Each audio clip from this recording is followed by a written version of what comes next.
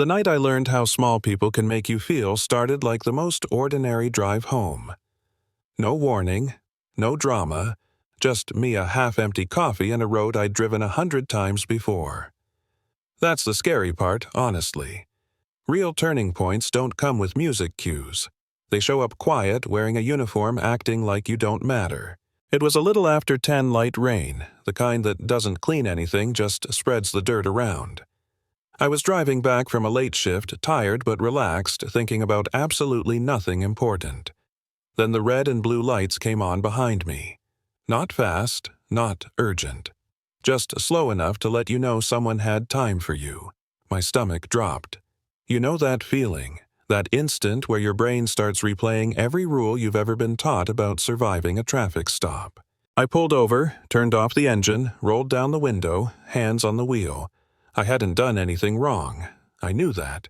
But I also knew that wrong is flexible when someone else has the badge. The officer walked up slowly. Rain dripping off the brim of his hat flashlight already in my face like that was the point. He didn't say hello, didn't tell me why he stopped me, just said license and registration like I was an inconvenience he'd already decided to deal with. I told him where my wallet was, asked if I could reach for it. He stared at me for a second too long, then said, "I smell alcohol," which was funny because I hadn't had a drink in weeks. I laughed, nervous laugh, immediately regretted it. He didn't laugh back. He leaned closer. "Step out of the car," just like that. No discussion, no explanation. That's when the switch flipped inside me. Not panic yet. Something colder. That awareness that this wasn't about a broken light or a rolling stop. This was about control. I stepped out, rain soaking through my jacket, hands visible. He told me to turn around. Spread my feet. He searched me like he was looking for a reason, not evidence. Then he said it. "You've got a bad attitude." That was it. That was the crime. He put me in cuffs. Tight. Too tight. Pushed me against the hood like I'd done something dangerous. I asked what I was being detained for. He said, "We'll figure that out." I remember thinking how insane that sounded, like we'd reversed reality, and I was supposed to wait while he decided what version of me fit his night. He took my phone, scrolled through it, smirked. Calling someone to complain, I said no. That it was just an app my family used. He tossed it onto the seat like it was trash. "You're going for a ride," he said. "We'll sort this out downtown." I wanted to argue, I wanted to scream, but I'd seen enough videos to know that silence can be the difference between going home and not. The back of the cruiser smelled like old sweat and disinfectant. He drove slow, took his time, said things to himself like I wasn't there.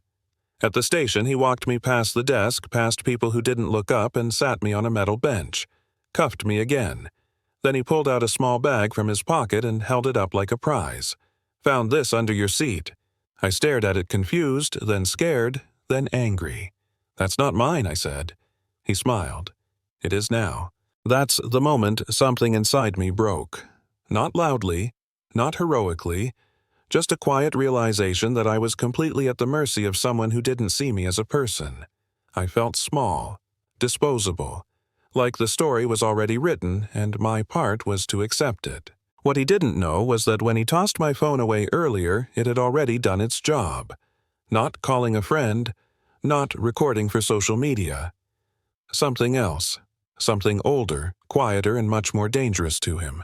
About 20 minutes later, everything changed. Not gradually, all at once.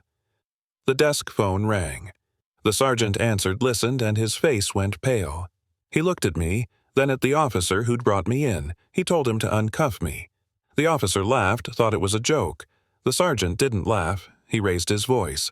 That got everyone's attention. Then the doors opened. The man who walked in didn't rush, didn't shout. He wore a plain coat, wet from the rain, and moved like he belonged everywhere he stood. The room went quiet in that way you can feel in your chest. He looked at me first. Not the officer, not the sergeant. Me. "Are you hurt?" he asked. That's when my composure finally cracked. I shook my head. Barely. The officer stepped forward, tried to assert himself. "Sir, you can't be back here." The man didn't even acknowledge him. He asked for the cuffs to be removed. The sergeant nodded immediately, hands shaking. The officer protested, said something about procedure. The man finally turned to him and said calmly, "You don't want to continue this. No threat, no anger, just certainty." The officer reached for his taser. That was his last bad decision. The man didn't flinch, didn't move fast. He just stepped into the officer's space, spoke quietly, and somehow the taser ended up on the floor. I still don't know exactly how. What I do know is that everyone else in that room suddenly understood who was actually in control. Then a woman walked in. Sharp suit, sharper eyes. She introduced herself as legal counsel and laid out everything. The missing body cam footage, the planted evidence, the timeline that didn't make sense. She played a video from my phone. Grainy, awkward angle, perfectly clear audio. The room went silent. The officer's face collapsed. He looked like a man watching his life evaporate in real time. Federal agents showed up minutes later. Not local, not friendly. The officer was arrested. The charges against me vanished like they'd never existed. Paperwork corrected. Apologies offered too late to mean anything. I was wrapped in a coat and told I was free to go. Later that night, sitting somewhere warm, hands still shaking, I thought about how close I'd come to losing everything. My job, my freedom, my sense of who I was. Not because I'd done something wrong, but because someone decided I was easy. And here's the part people argue about. The part that makes comments explode. This didn't end because the system suddenly worked. It ended because the wrong person got targeted. Because someone with reach, with knowledge, with resources decided not to let it go. That's uncomfortable. It should be. So ask yourself this: how many people never get that moment? How many nights end differently because nobody walks through that door for them? Was this justice or just power correcting itself? And if you were there, watching it happen, what would you have done? Drop your thoughts below. I want to hear them. Not the safe answers, the real ones. And if you've seen something like this lived, it survived to tell that story too. Because silence is what lets this keep happening.